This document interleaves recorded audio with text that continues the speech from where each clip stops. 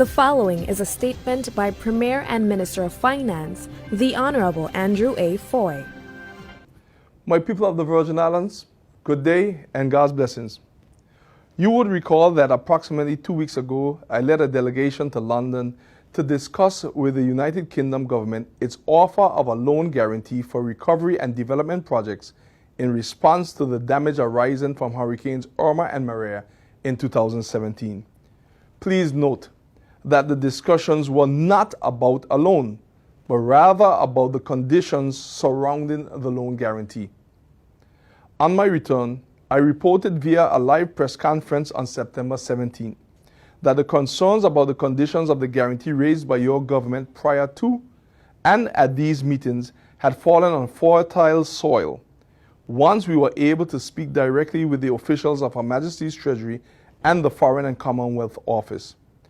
The UK government agreed that the people of the Virgin Islands, in a transparent and accountable manner, must benefit in a tangible way from any loans that are taken under this guarantee and the recovery agenda.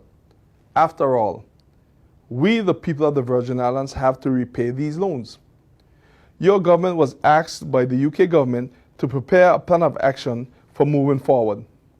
I am extremely pleased to report that despite having to deal with 2 approaching storms within that 2-week period, your government has met the September 27 deadline.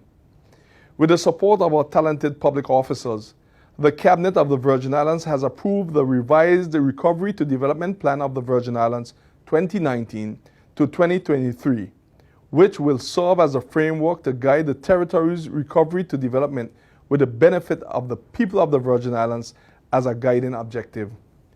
This plan, the People's Plan, has already been submitted to the United Kingdom government. The revised plan and its detailed listing of recovery and development projects will be laid in the House of Assembly for approval. Then, the information will be made available to the public, consistent with our policy to keep citizens informed on all matters that are likely to have a substantial impact on your present quality of life and that of our future generations of Virgin Islanders. I must say here that the plan is one of the critical components of discussion with the United Kingdom government, which there will be a further update. Through our own initiative, Cabinet has gone even further to strengthen the framework for ensuring value for money, approving a borrowing committee, as well as a steering committee, which will also bring synergy to all stakeholders in the recovery process. Additionally, the borrowing committee and the steering committee are in an effort to add value to what already exists so that the arms of transparency, accountability, good governance, and being proactive can be strengthened with these new processes, structure, and framework.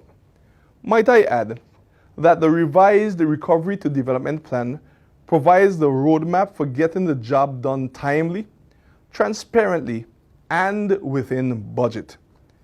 We will inform the public very shortly on how the plan will be financed.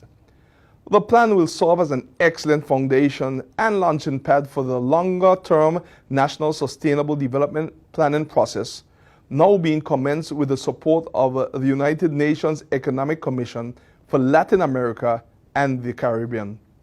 Continuing along the vein of participatory government, Virgin Islanders will also have an opportunity to contribute to this process for shaping the future vision and development of this territory. These interventions by your government have been with the sole purpose of putting you, the people of the Virgin Islands, at the front, protecting your interests. We are optimistic that the revised framework will significantly increase the opportunities for you to more actively participate in and benefit from the economic activity that will flow from the Recovery to Development Program. We are still in negotiations with the United Kingdom as it relates to the actual guarantee.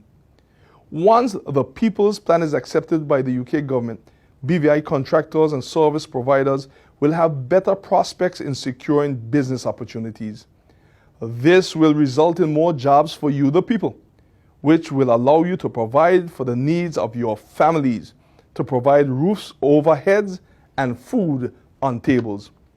It will increase citizens' earnings and spending power, which will benefit other local businesses such as supermarkets, clothing stores, food vendors, restaurants and bars, vehicle dealers, hardware, construction workers, commercial banks, and many more. This commercial activity will benefit the territory's economy, aid in diversification, spur the development of new economic pillars, and contribute to making our people and our economy more resilient.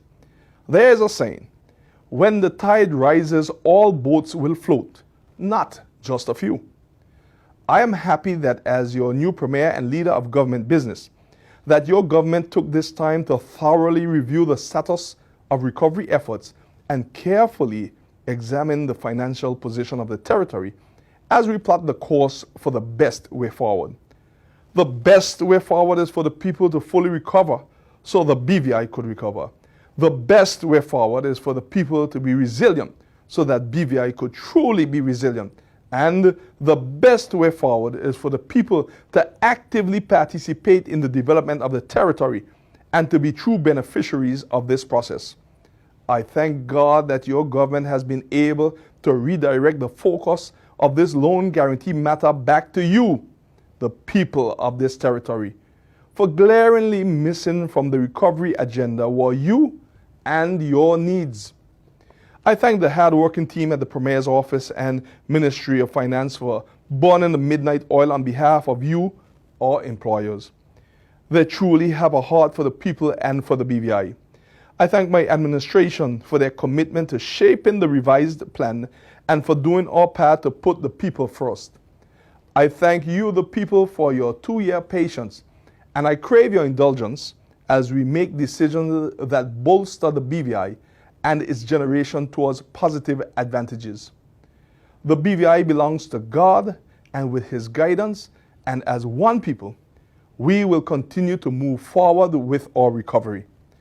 My government's heart is for the people and with the people, and our actions will continue to reflect this commitment. It's about you. We will continue to demonstrate uncommon determination and resilience.